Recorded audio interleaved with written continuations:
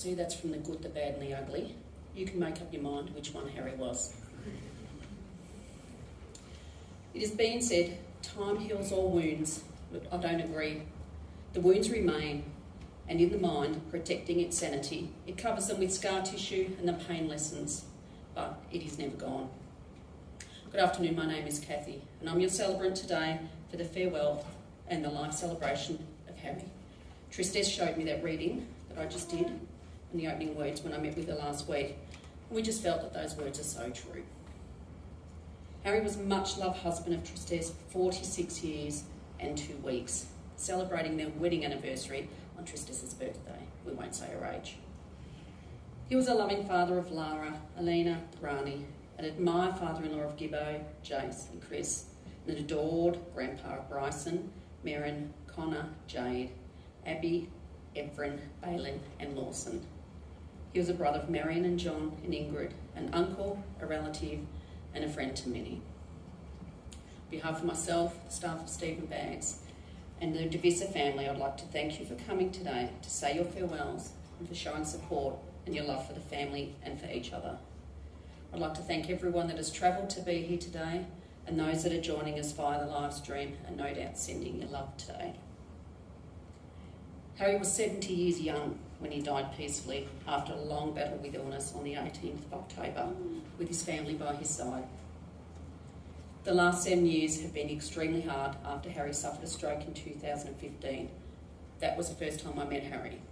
In my other life, I'm a nurse, and I had Harry in my rehab ward for many months and several times over the last 7 years as well.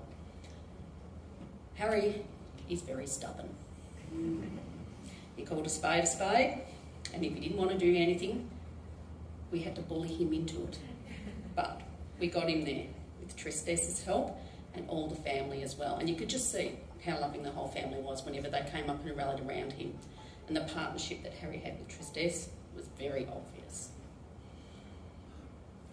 There were many wonderful, mostly healthy years before Harry's stroke, and it was during these years that he was at his best. He was a hard worker, and Harry and Tristesse formed a partnership between them that not many couples manage to do. In fact, if it wasn't for her love and care for Harry, he probably wouldn't have made it to 71 years of age. Harry's daughters and their family are well aware of how much their mum gave to Harry and will be forever grateful for the extra time that they got with their dad. Today, you will hear about his partnership and love, as well as Harry's life as a worker, a loving dad, a grandpa and friend. His family have written his eulogy and will share some of the extra special moments with you. You'll also get a chance to come and share your memories here and also later on at Osmex at 3 o'clock. You may have noticed there's quite a few items on Harry's coffin, and each one of them has a special meaning, which I'm sure will be explained. There are paper and pen at the front as you came in, with places where you can write your own special memories or snippets or a little saying or something that reminds you of Harry. Something you hear today might trigger that memory. And there'll be plenty of sheets out there, so if anyone wants to write their memory later on, and they'll be going back to Harry's family, and if there's any good ones, they might get read out this afternoon as well as you catch up. And following on from here as well, Harry will be privately cremated, but he'll be carried out to Rani's E.H. Holden for his last ride, which is very, very special. I'd now like to ask Tristesse and Lara to please come on up.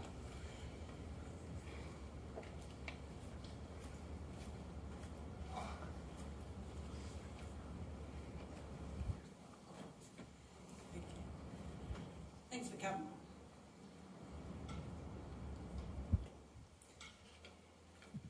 Born Arie Cornelis in Rotterdam, in Holland. Third child of Ingeborg and Jacob, sisters Marion, Ingrid, brother John. Jacob decided that the family would move abroad for increased opportunities. I never got to find out why he really left Holland. They boarded the Vartaman in 1959 and arrived in Australia and were received at Bairnsdale camp with very little English in hand. The lessons at Bairnsdale didn't include enough Australian culture to understand that when you were running through long grass and being yelled at, it meant watch out for the snakes. His parents worked hard and the family settled at El Dorado very basic miner's cottage. As a child migrant, Harry often used his fists instead of his words to settle disputes. Not that any of you would know that. I'd be grateful, actually. He learnt early, he developed his keen business sense working in his father's market garden. When selling produce that Poppy had grown, housewives were effectively taxed and he kept the difference. Another surprise for you, I'm sure. The cauliflower that his father priced at threepence was typically sold for sixpence. I don't know how he hid the change in his pocket, just saying. The marriage collapsed and Ingeborg moved out. For the next few years, different combinations of children lived with Jacob, but Harry was always the constant. Here, he developed his general skills of building animal enclosures, business marketing, and how not to pull a motor down. Harry started secondary school at the local tech, but was not allowed to attend Fridays as he was needed to help in his dad's fish and chip shop. School was difficult. He could never really read properly. Jacob didn't supply any books or pencils, as he believed the free education system in Australia meant you didn't have to pay for anything. Academia and learning like that was not his strength. He used to ride his horse to school, and one day, when he was sick of being bullied, he turned his horse and got the kid.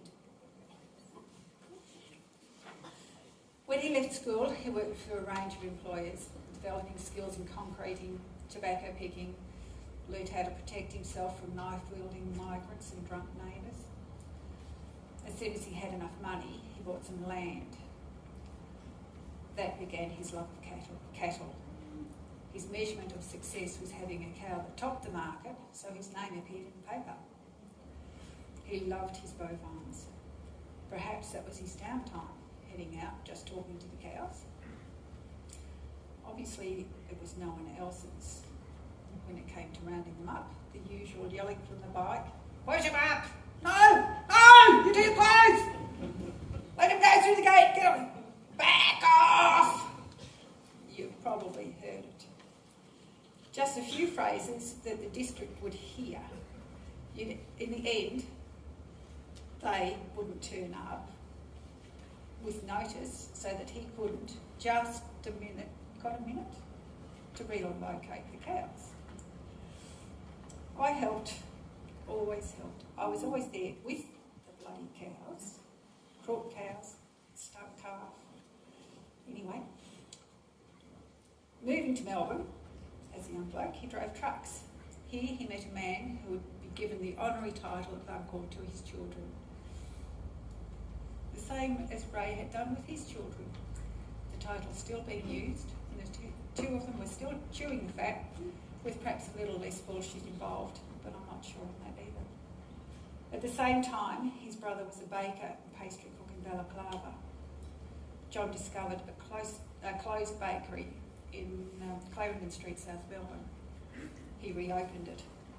A little while down the track, he offered Harry a business deal when a pie franchise was folding. Harry took over Dinkum Pies in Fitzroy Streets in Kilda, overseeing the pie cooking.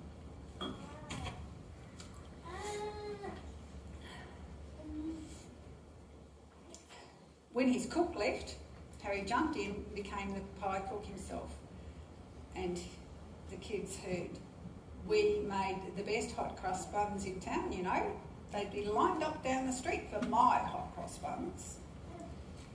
Step sideways. A young lady who had left home in Eagle Hawk to work nights on Fitzroy Street. Ask me about that one later. As she was walking down the street one afternoon, she noticed a sign in the window which read, "Junior girl wanted, apply within." I entered, applied, and started the next day.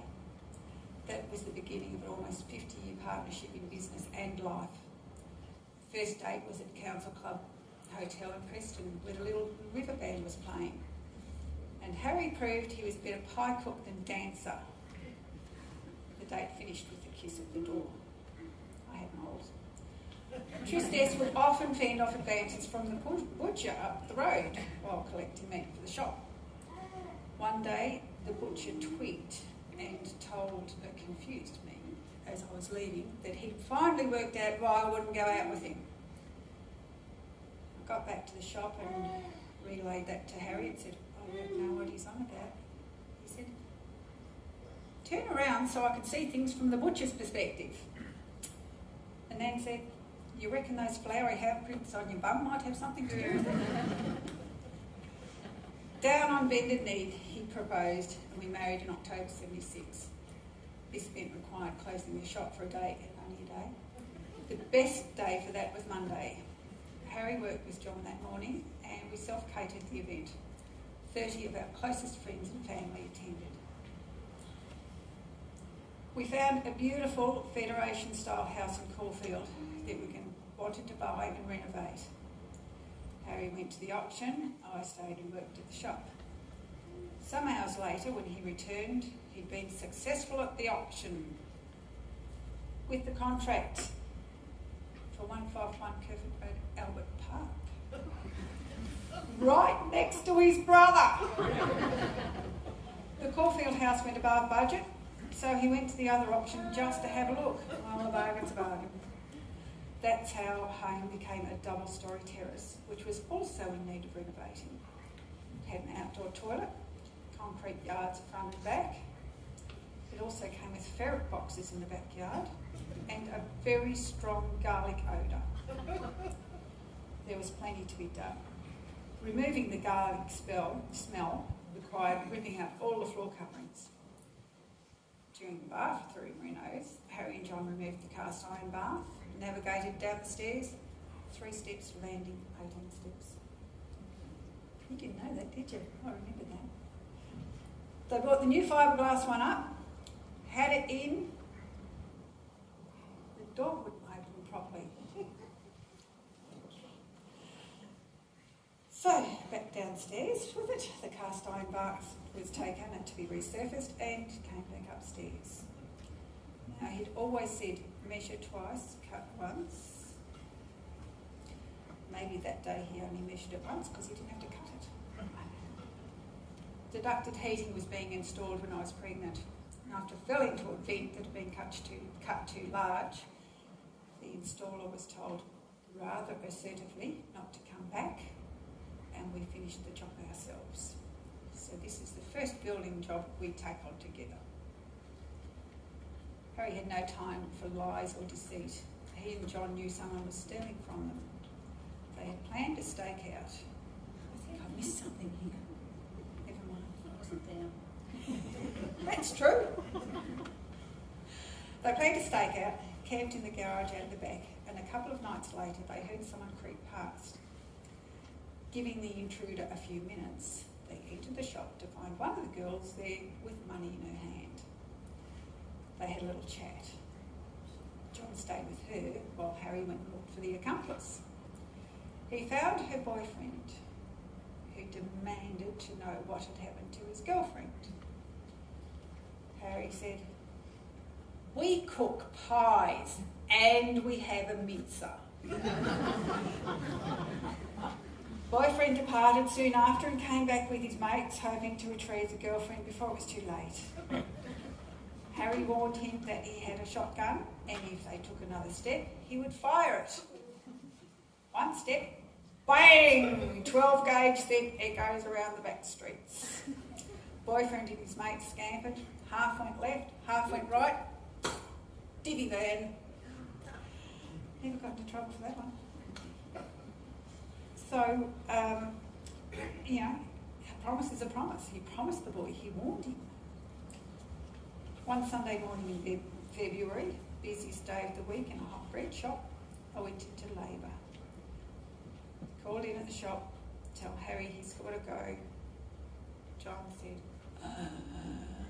I've just put water in 60 pounds of bread. You can't go. So I stood there for a few hours rolling bread rolls with them so that we could both go to hospital. Early afternoon, blonde-haired, blue-eyed Lara was born, and Harry declared that he was gonna have to sit on a fence with the shotgun. At the time, he was actually swishing her in her very first bath, and she was opening like a flower. When the terrace house reno was completed, it was sold. We moved with Lara into the residence above that pie shop. And then it was off to the farm sometime later, off to the farm in Druid South. Jacob had been running the farm, so we bought a fish and chip shop in Warragul, installed new machinery ovens, started making pies, and renamed it Twiggy's Takeaway Foods. So Ray and his family often visited the farm on weekends, and on one occasion they helped Harry to collect some hay from next door. You know where this is going, don't you? They returned laughing as a mouse had just run up the inside of Harry's jeans. Now, I'm not going to tell you what he said, Ray can tell you that. But his jeans hit the ground, quick, smart. No, I've got to tell you. I wasn't going to let that bloody mouse bite me on the balls. In the early hours one morning, it was off to hospital. Another labour had started. Harry stayed for hours before having to duck off for a while because there were pies to be made. Phoning in to check how things were going, the midwife thought there was still some time to go. Great. He had enough time to start the bread, added the water. Midwife misjudged it. He couldn't get back in time. So mid-morning when he could, he collected the largest bunch of flowers that nurse had ever seen and was back up the hill to meet Alina. I returned to work a couple of weeks later. Our shop was too hot and Alina was not old enough to go to childcare. So the jeweller next door volunteered to have Alina with her during the day while I worked. She called me when it was time for a feed. Sometime later, like some months down the track I think it was, a rather sizable diamond was offered for me to leave her with the jeweller. Obviously you know what the answer to that was. I was delighted. The family moved from Western Port Road to a bigger farm on Thompson's Road, Druid South. Another house that needed floor coverings removed to get rid of the smell, and the house was really past its best. One of the neighbours up the road got a job setting up and planting a protea farm in Gembrook, and he needed someone who could drive a tractor. Offered Harry a couple of days' work. 6 years later, we went back to the farm. We had travelled backwards and forwards for a while, but we moved to Gembrook because it was just inconvenient. Harry had a good work ethic. If you wanted to work, you were 3 parts there. Everything else could be learned, but you had to want to be there in the first place. Whilst managing the protea farm, I answered a knock at the door, and this rather tall young bloke was there.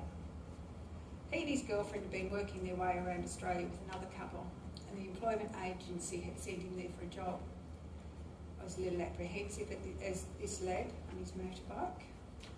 Harry, on the other hand, was quite happy to give everyone a go. As it turned out, it was a good match. Steve's philosophy of while you're paying, I'm staying. Just tell me where and what time. And Harry's philosophy of while you're on the clock, you will be working, worked quite well. After some months of saving, the group moved on, continuing their trip. The employment ceased, but the friendship endured. And Big Steve and Wendy is part of our family. Still, very much. One night in April, a friend who lived close by was called in to care for Alina and Lara. A 45-minute trip from Gembrook, some of you will know that road, to Warragul, took 22 minutes. My eyes were firmly closed. I think he wanted her out quicker. Rani appeared early and lightweight.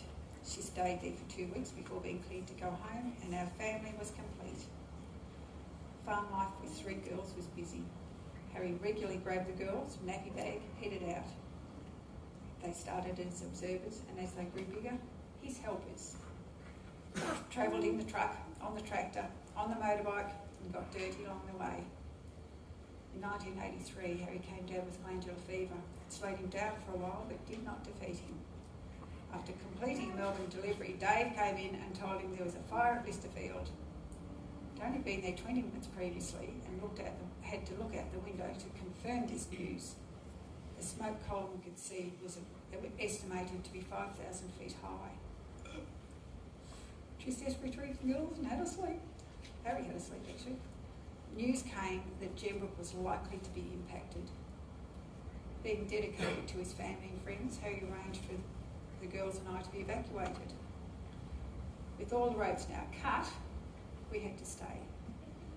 So the company farm equipment was put to good use. Utes were parked facing downhill beside the house, evacuation transport. Tractors were filled with water tanks, idling beside the house to help protect the family. He then turned the irrigation system on to protect his vehicles and machinery. Harry and his mate Ralph cut laps, checking on the locals, seeing that they could defend themselves, clearing the roads, etc. This event was Ash Wednesday. Whilst living in Gembrook, we started a real estate empire by building a shop in Cranbourne. Across the years, Harry would demonstrate his proficiency to understand engineers' drawings and working parts, to identify technical constraints of the drawings, and he was good at problem solving on things that arose on site that were not quite right. He often used his self-created or repurposed tools. The more he learnt, the less subcontractors did. After building our new house in Druid South and having enough time of living in Gembrook, we moved back in time for Rani to start school. One day he read an ad in the newspaper.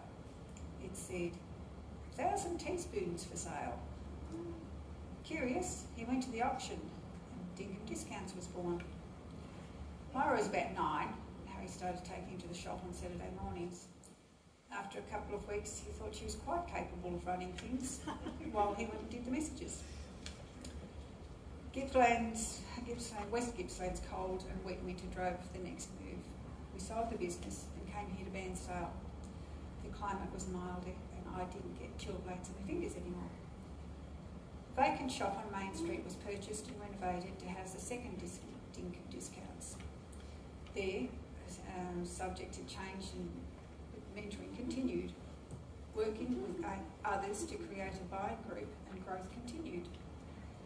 This stage, all the girls were old enough to work in the shop, possibly not tall enough. But with a milk crate, you can fix almost anything. So up on their crates, they served customers, calculating, counting back change. It was very much a family business with emphasis on family. He always told them, if you look after the business, it will look after you. The more you put in, the more you get out. Elena and Rani would continue to build on those foundations with their work ethics that Harry and I had modelled, still being evident in their businesses. Myra wanted to explore other fields and has used those same foundations at university and in the justice and education systems. Across the years, Harry would mentor many people in a range of ways, whether teaching them tricks on a building site or how best to invest in the highest return.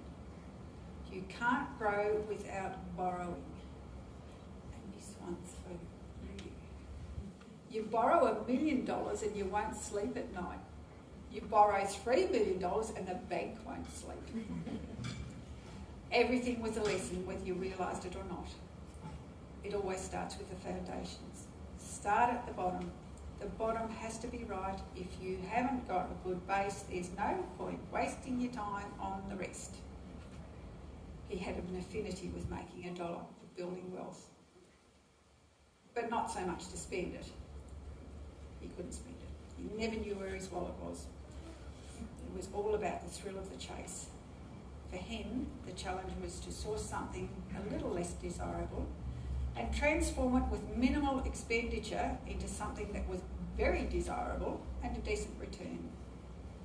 You work for the money, then make the money work for you. He wanted those close to him to flourish also. He would offer his opinion on how best to approach something, whether you ask for it or not. He would help finance the purchase of equipment or real estate for others. In 2004, we welcomed 3 young men into the family when the girls married. He helped them all building sheds and homes, making sure they built it well. He went further with Chris and Jace, spending weeks at a time with them building shops and units. There were not many days off. If you love what you do, you will never work a day in your life. A day on site with Harry was both taxing physically and mentally. Mind reading was a prerequisite. You had to read his mind to know where you were supposed to be next. When the roles were reversed, start talking, I'm not a mind reader. Lunch on Harry's shout consisted of ham and cheese, loaf of bread. But when it was the boys' turns, it was off to the bakery. He was so happy when the grandchildren started turning up. He shed a silent tear when we didn't get to keep some of them. Always eager to have them for holidays, 8 at a time was no problem. The new generation would travel around the farm, squished on the seat with him or in the bucket of the tractor. They squealed just like their mothers when he drove them up the damn bank and rolled the bucket. No child was ever injured, and they learned to trust their grandpa. They got their own back later on when pushing him around in the wheelchair. His health continued to deteriorate. He had a second kidney transplant 12 years after his first, and he was very grateful for these transplants. They enabled him to continue working and contribute to society. When filling out some of the final paperwork, the question of organ donation had to be asked, and he did not hesitate in saying yes. I don't know what was left though. May 2015 would see Harry suffer a significant stroke, one that had one prognosis, death. In true style, he worked hard to prove the professionals wrong, and another cat life was used up. He relearned to speak, eat and walk. He would drive the tractor and excavator and get back on the building site again. Several lesser but significant health issues would erode his quality of life, but not the strong bond between us. And no, I'm not a nurse. Still, I'm not a nurse. As Harry moved through life, he demonstrated strong and consistent values and ethics. His loyalties to others brought him strong friendships that would present at key moments of his and their lives. Those who knew Harry might call him stubborn or even an arsehole. But the determination that he had, he applied to everything that he did, including beating every medical diagnosis that he could. If Harry did something, he did it his way, right to the very end. His mind was always sharp, always looking how something could be done better. He didn't hold back defending friends and family, whether it was shaking attackers off a defenceless young bloke caught up in a brawl, or when a bigot was blaming unmarried mothers for ruining the country. And that bloke is probably still recovering from being told by Harry that he'd had 5 wives. Don't worry, 4 of them were someone else's. Poor man. Harry was a man of physical strength. He says that as a child, he always got to carry the heavy end of the log. And that prominent stomach of his was a counterbalance for all the people he was carrying on his back. He was a big bloke, some say larger than life. He gave a lot of stick and he took it nearly as well. He was confident he would be the one instructing the accountant on which column to put it in for the maximum benefit. He had engineer rejigging the plans so they'd work better, Harry's way. We heard, it'll be all right, it'll work, we'll make it work. There's 100 ways to do this, 99 of them will work. I'd do it this way, but it's up to you what you want to do. Do it how you want it. He was a man of mental strength. His body had many, many goes at failing, but his mind would not give up. A couple of weeks ago when I asked him what he wanted, he said, I just want to be with you. Well, the kids told me that they couldn't get the paperwork through planning in time, so you'll have to wait. See you in the soup. We'll have a pea together.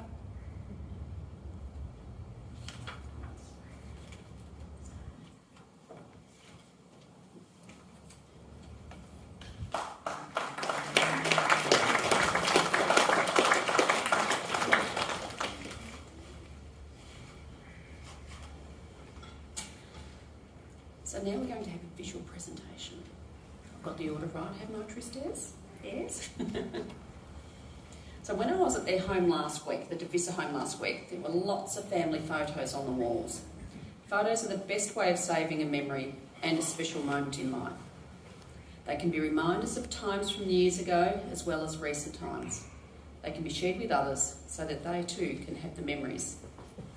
We're now going to play a selection of photos for you that will capture Harry's life and love.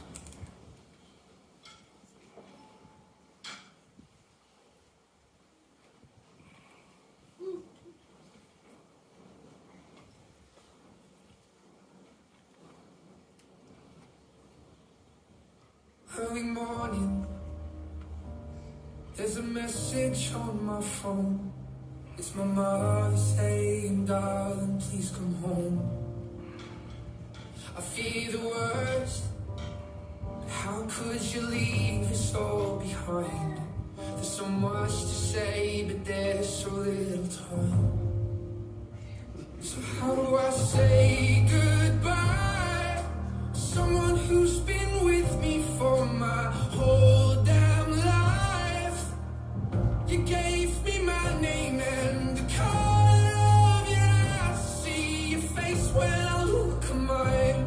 So how do I say goodbye? When I could, you always saw the best in me. Right or wrong, you were always on my side. But I'm scared of what life without you's like. And I saw the way she looked into your eyes. And I promise if you go, I will make sure she's alright. So how do I say goodbye to someone who's been with me for my whole damn life? You gave me my name and the color of your eyes. See your face when I look at mine. So how do I say goodbye? There's no way you could ever let me down. Gonna steal some time and start again. You'll always be my closest friend. And someday we're gonna make it out. Just hold the light. Just hold the light high, high. So how do I say goodbye to someone who's been with me for my whole damn life? You gave me my name and the color of your eyes. I see your face when I look at mine. So how do I say goodbye? So how do I say goodbye?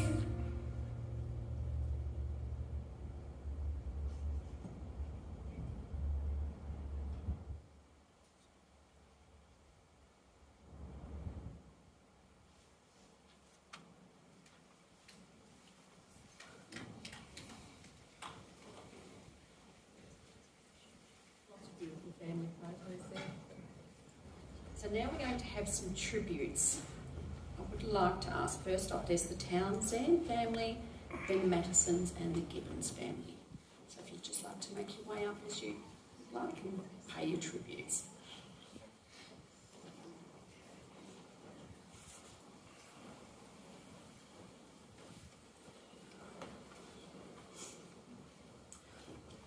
Thanks for coming, everyone. Did a great job, Mum. Dad seemed to always find trouble. We went on a few car trips and stuff. I remember we went to the tip once. three of us, the kids were in the front, and the wetlands at the tip there, and Dad's like, how would you guys like a swan? And we're just like, oh, yes. Right, when I stop, I'm going to get out, going to run, just run. We're like, yeah, all right. Okay. Well, it stops the truck, gets out through the fence, and grabs these two swans, turns around and we're just in the truck. It's like, I don't know whether he didn't know whether he should be so proud of himself that he got them, but just not proud because we weren't there. I'm not sure. And anyway, Mum was stoked when we got home because we had shit all over us and we had these swans. Just really happy that we went through the tip and came home with 2 free pets. I think it was really exciting. We went to Melbourne once. Dad and I would go to Melbourne a bit, sleep in the truck at Fountain Gate. Yep, those were the days. And we're driving along and Dad's like, Josh, see that rabbit? Oh, I didn't see the rabbit. Over the other side of the road. Oh yeah, see the rabbit. Go back on the right side of the road and the policeman obviously saw us on the wrong side of the road. Got pulled over. What were you doing on the wrong side of the road? I'm a daughter, she couldn't see the rabbit. So I was showing her the rabbit. Anyway, another time we were going to Taree. I think it's just over 1,000 kilometres there. I think we sped for all of it about 10k before Taree. Gets pulled over. Can't believe it. Nearly there, and I get fined 5k before Taree. Just not happy. Nearly got there. Nearly got there.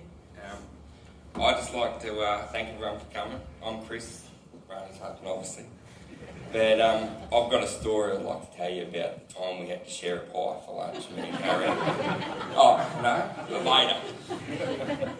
No, so, the people who know me and Harry done a lot of building together, and he taught me everything I know, building-wise, and a bit of cheekiness too, I think. But this particular day, we were working at cows. So how cows arose was, we went over, me, Rani, Tristesse, maybe Everin, and we went over to cows, and we'd been there 4 or 5 years prior, and Harry's like, oh, it's no good, it's not busy enough. Anyway, 5 years later, we went back over. And we purchased the block, me, Rani, Harry and Tristesse, and we built a shop there, and he goes, how big a shop do you want to build, Chris? And I said, well, how big was Jason's? And he goes, 770 square metres. I said, we'll make it a little bit bigger than his, so ours is the biggest. And so on goes the story, so we built a massive big shop over there, and just me and Harry. Mum, we had Fred, a friend of mine, who helped us, and we also had a WorkSafe officer once a week on a Friday would give us a bell and ask us what we're doing with 16 shed pallets up in the air and whose truck it was, and anyway, after 5 or 6 weeks we decided we'd ask him why on a Friday. He goes, well, we live down here. We get a complaint, we come down, we book our house out and we stay there. So me and Harry chuckled a bit. By the end, we'll pour on the slab. So this is where the story is. So this is all. The story of Harry was a bit of a supervisor, so he said to me, you look after the concrete, make sure the road's pulled up, and I'll stay out the front. It's 5 o'clock in the morning, and I'll keep control of all the footpaths and all that. Anyway, 9 o'clock come, and I get a tap on the shoulder, and he's a WorkSafe officer. I'm like, oh. He goes, any reason I shouldn't turn you guys around and shut you down? I said, oh, well, I don't know, what's wrong? He goes, well, there's no one out the front. I said, my father-in-law, he's out the front directing traffic. He goes, there's no one there. There's 3 concrete trucks and 3 drivers. So I get on the phone, ring. I said, Harry, where are you? He goes, oh, there was no one there, so I just shot down the shop to get a coffee and a cake.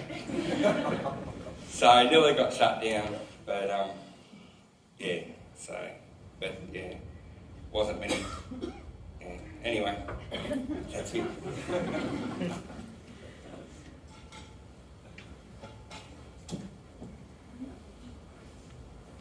Oh, hang on, I forgot.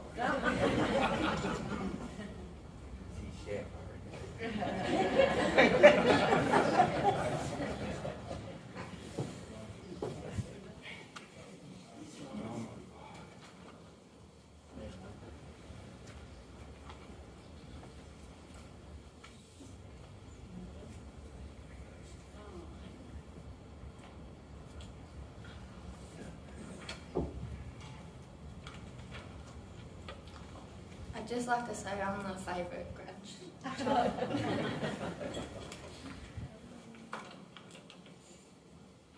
One of my first memories of Grandpa is him babysitting me, Connor, Jade at night.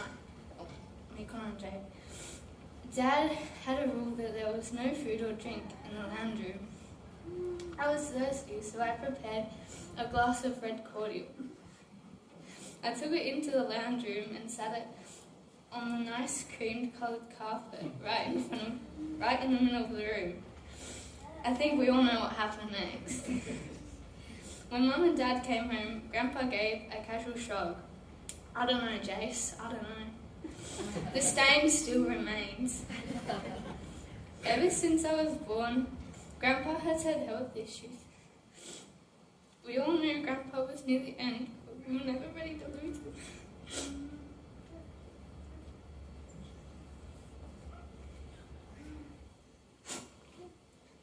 The loud sleeping at the dinner table. One eye looking at you and the other looking across the room. All the constant singing of two random rhyming words. And of course, putting on the same Western movies on repeat.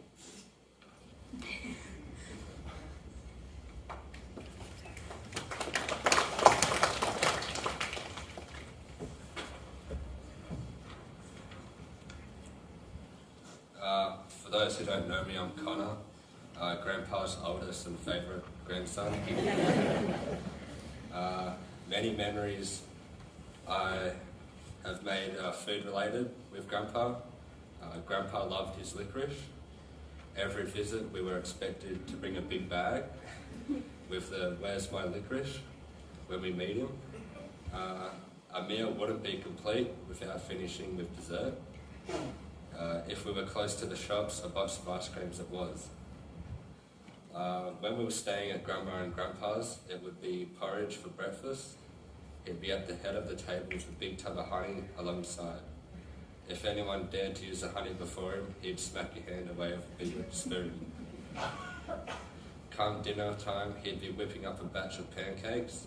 The batter had to be a certain consistency.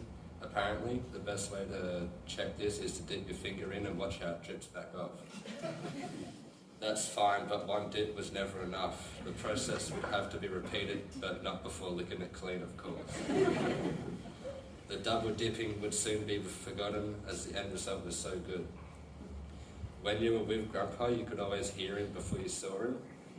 Very noticeable at night when us kids were supposed to be going to sleep. All you could hear was his voice echoing throughout the house.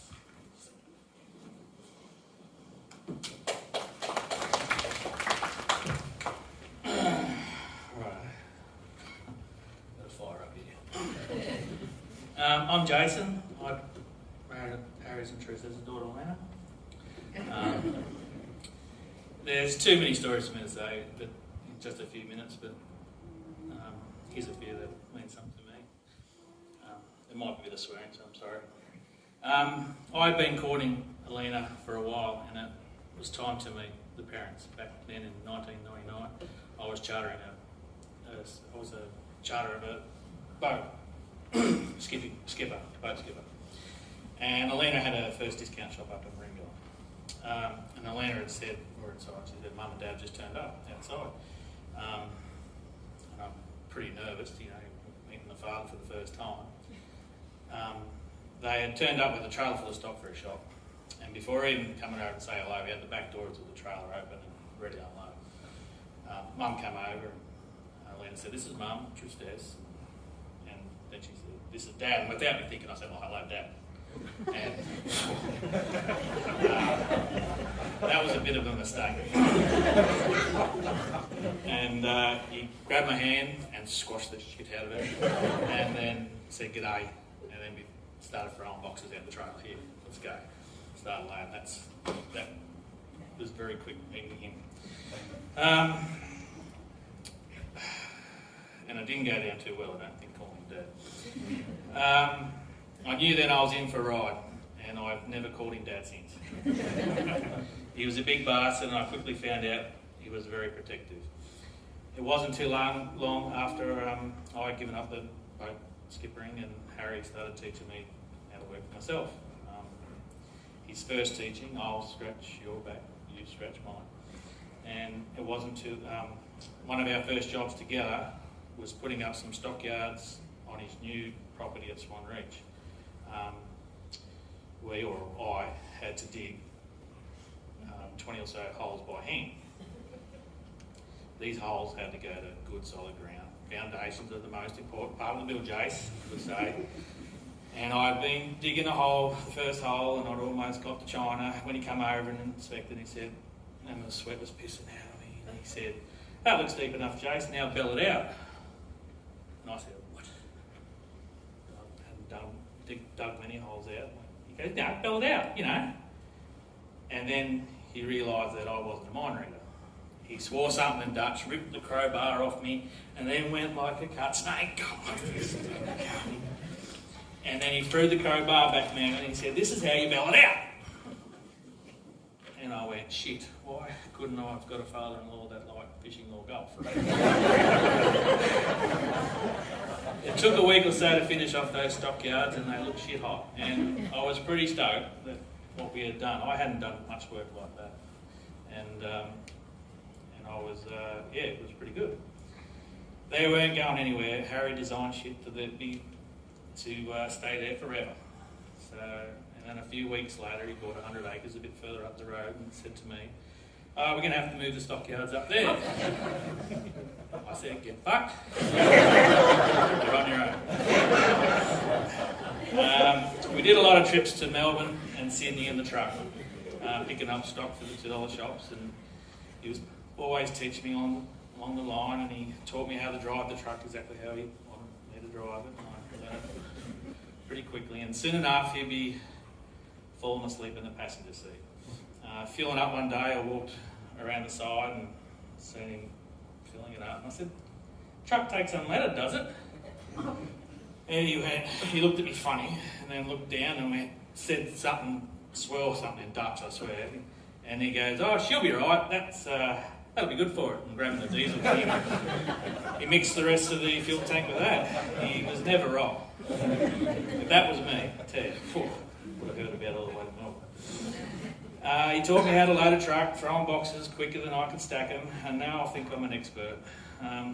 He taught me how to weld, and soon enough I was welding all the shop fittings and some of the steel work on our building projects. He taught me how to just save 5% each transaction at the end of the year. 12 months later, you'll save yourself thousands, and you'll make more. Work smarter, not harder. Measure twice, cut once. Get your money working for you. And chocolate frogs don't jump. They're all Harry quotes. You might be surprised to hear that Harry was a religious man. Religiously working Saturday, Sunday, public holidays. One day, it was Anzac Day, and he thought it'd be a great idea to knock over a building. I had my concerns, so did Chris. "Don't worry, we won't work while the march goes by, we'll stop." We were shut down by 8 AM by the inspector. He had a short fuse, a temper like no other, but 10 minutes after his blow up, he would be best friend. I've learned so much from Harry, and our family is better for it. We've had our up and downs, and it was like having John Wayne or Clint Eastwood as your father-in-law. Rough and tough and takes no shit. Just thank God he never carried any pistols. He could piss you off sometimes, but his intentions were always good and from the heart. He wanted nothing more to help his family succeed and to be safe. He was more a father to me than a father-in-law. Say goodbye, Dad. Thanks for the wild ride.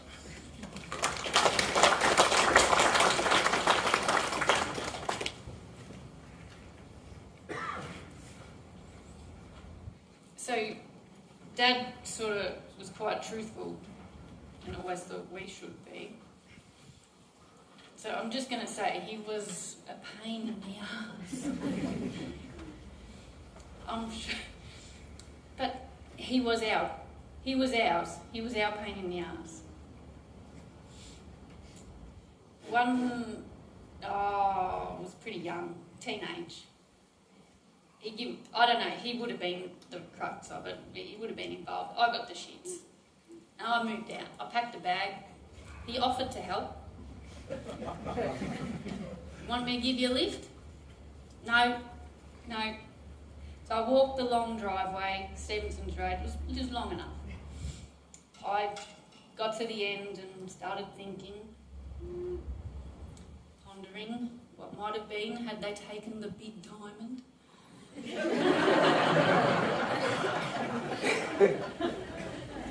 Life on the streets was tough. So after 2 hours, 21 minutes, I drove my bag back. And he just loved to tell that story.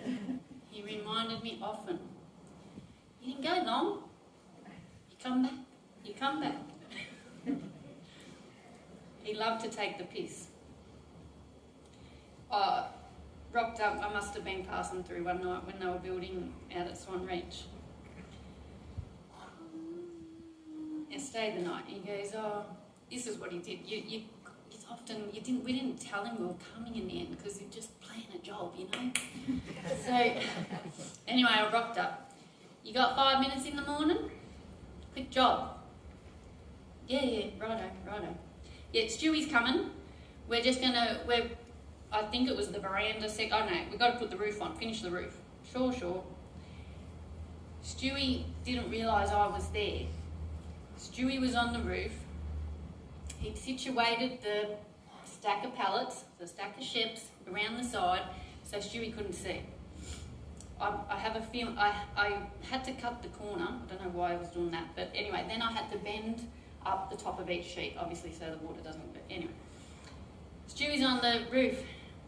You're not going to keep up, Harry. I'm going to have these on. You're not going to have time to bend them and get this in. It's too slow. Anyway, here I am, standing there, bending, prepping each sheet while he's running them up to Stewie. Before he got back, I had the next sheet ready, and he's standing up, ready to pass them up to Stewie. After half a dozen sheets of this, Stewie, what the fuck? What's going on, Harry? No? Looked down to see I had the shears, the bend. Prick, Harry. Anyway,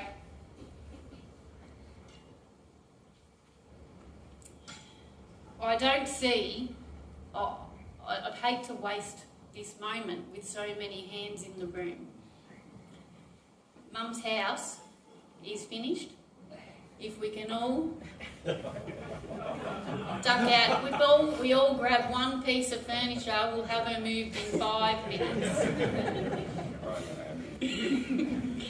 Anyway, that's Dad.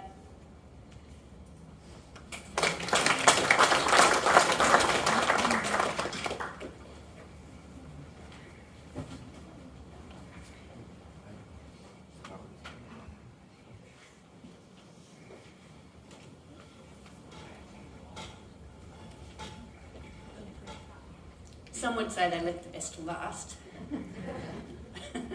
I'm Lara, and what an act to follow. I'm not here to share stories. You all have your own. But Dad, Harry, H, and more recently Grandpa, lived his values. He was a role model to many. And most of you will have a tale of an experience or something that you learned from him. And whilst I don't imagine he would ever have described himself as a teacher, he was, and he did teach. He taught me that honesty is important, but not everybody is ready when you're ready to share it. He taught me that standing up for others can take daring, but it's the right thing to do. I learnt that you need to listen beyond a person's words or tone to hear their message. He taught me that if you show your trust and loyalty to others, you can measure them by what they share in return. I learnt that it's brave to admit that you're wrong, but it can be powerful. I learnt that your behaviour is a representation of who you are. Set high standards for yourself and always do your best. His phrase, if you're going to do something, do it properly. He taught me that there is always a solution. Even when others suggest there isn't, dig deep and find it. I learnt that courage takes so many forms. some of them in the quiet moments when all seems to be against you. H leaves a legacy in the lessons he taught, and he leaves them in other ways too. I see it in Rani and her ability to watch people and peg them exactly for what they are. I see it in Alina's wit and her business sense, and in both of their tendency to tell it how it is. I see it in Bryson's self-belief and determination to swim against the current. I see it in Marin's compassion for others, at times above her own well-being. And recently I was told in my own willingness to get in and just do things.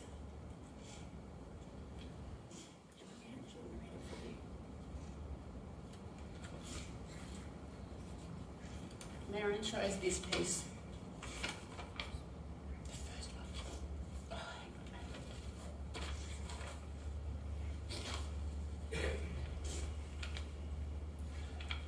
God saw you getting tired, and a cure was not to be. So he put his arms around you and whispered, "Come to me." With tearful eyes we watched you and saw you pass away. Although we loved you dearly, we could not make you stay. A golden heart stopped beating, hard-working hands to rest. God broke our hearts to prove to us he only takes the best. Thank you.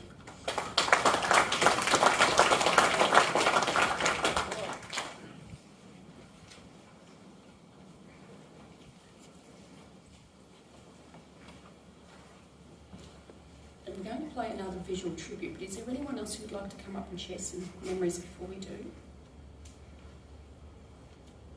Okay, back at Mexican, that's going to be the place for it. So yeah, we're just another tribute that the family's put together, so enjoy.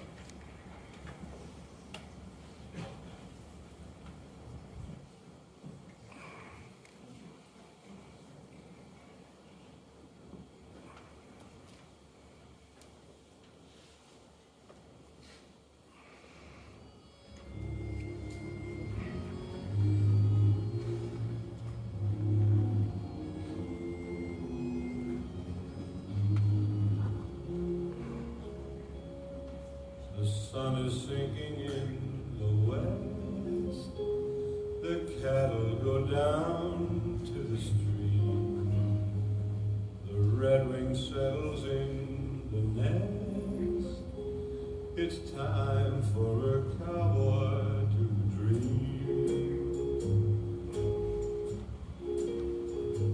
Purple light in the canyons, that's where I long to be, with my three good companions, just my rifle, pony, and me. Gonna hang my sombrero on the limb of a tree. Coming home, sweetheart, darling, just my rifle, pony, and me. Just my rifle, my pony, and me. Whip-a-whip in the willow sings a sweet melody. Right into Amarillo, just my rifle, pony, and me.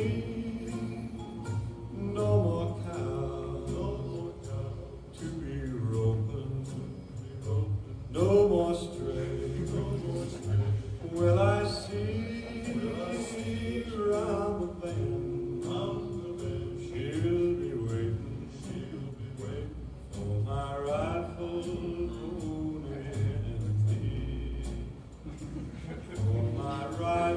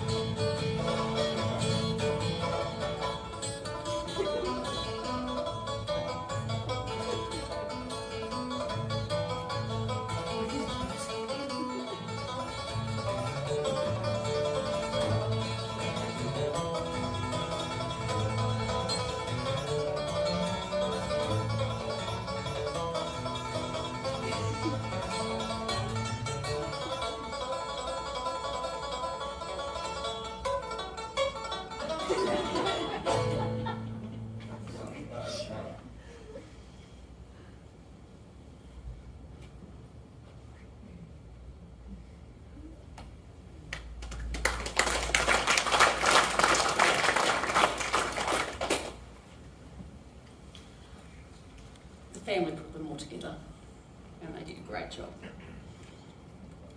Today you've been remembering a man who meant something special to each of you, either as a husband, father, grandpa, friend, father-in-law especially. You'll each have your own special memories of Harry, and to keep these memories alive, visit them often and share the memories that you need to. There'll be constant reminders of Harry everywhere, whether it's a piece of music, such as you've heard, or even a film like the good old-fashioned Western starring John Wayne. Might be a phrase, see you when I'm looking at you, or just a feeling that he is near. Embrace these moments as signs that he is watching over you. Remember the family dinners spent around the dining room tables where many a deep conversation was had and a problem or two was solved. Remember how hard-working Harry was and how he also played a role in mentoring many that he came in contact with, and you've heard about some of those. You heard he made the best pies when he was younger, and then Mary Hardy, who was an actress that some people will have to Google, even gave his pie a shout out on TV. Try and find what you think is the best pie and have one for Harry. You heard he had a bit of a sweet tooth and liked his licorice, and he could hear a lollipop wrapper opening from 100 metres away. And however you remember Harry, I'm sure it will be with loving memories and lots of love.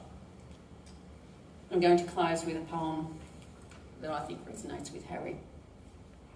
Some people light up rooms with their laughter. Others can brighten the world with a smile. Many will make you feel happy by sitting nearby for a while. Some folk can cheer up a cold day with just a few words or a glance. Others can make things seem better if you just give them half a chance. But there are those whose whole life is a blessing, not just a moment, a smile or word. They're all around them that feel special. No one person ignored or unheard. They give all that they have and then give more while helping somebody get through. It's not about thanks or for mention. It's something that in them they do. And when it's time they sadly must leave us, we grieve, but also we smile. You give thanks that your lives were connected and you were tucked in his heart for a while. Thank you.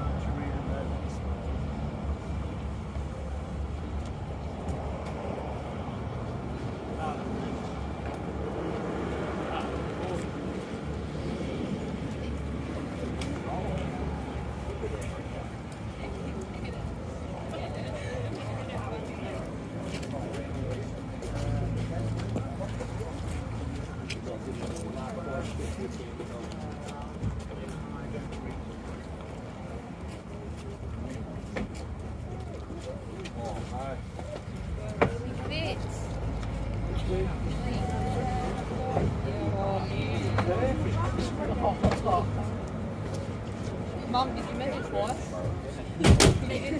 Yeah, I was about to say you obviously measured twice. Oh, no, it's because the tailgate will go in. No. Would be a bit if you didn't hang out.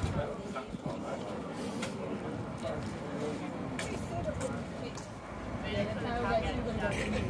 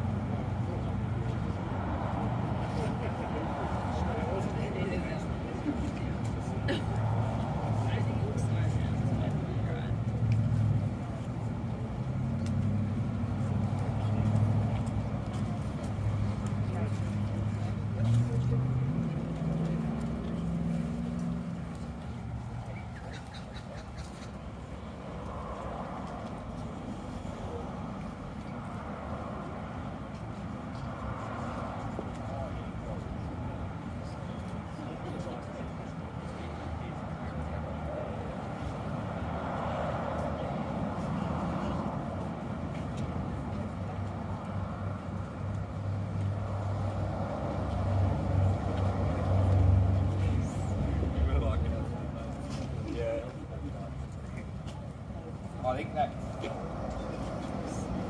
we're not driving anywhere. Can we just go up the road and back? Can you go up and back? Go in and Marty can take you through class drive.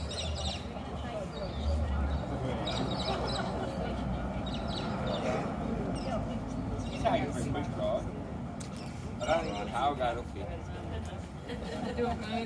I'm not complex.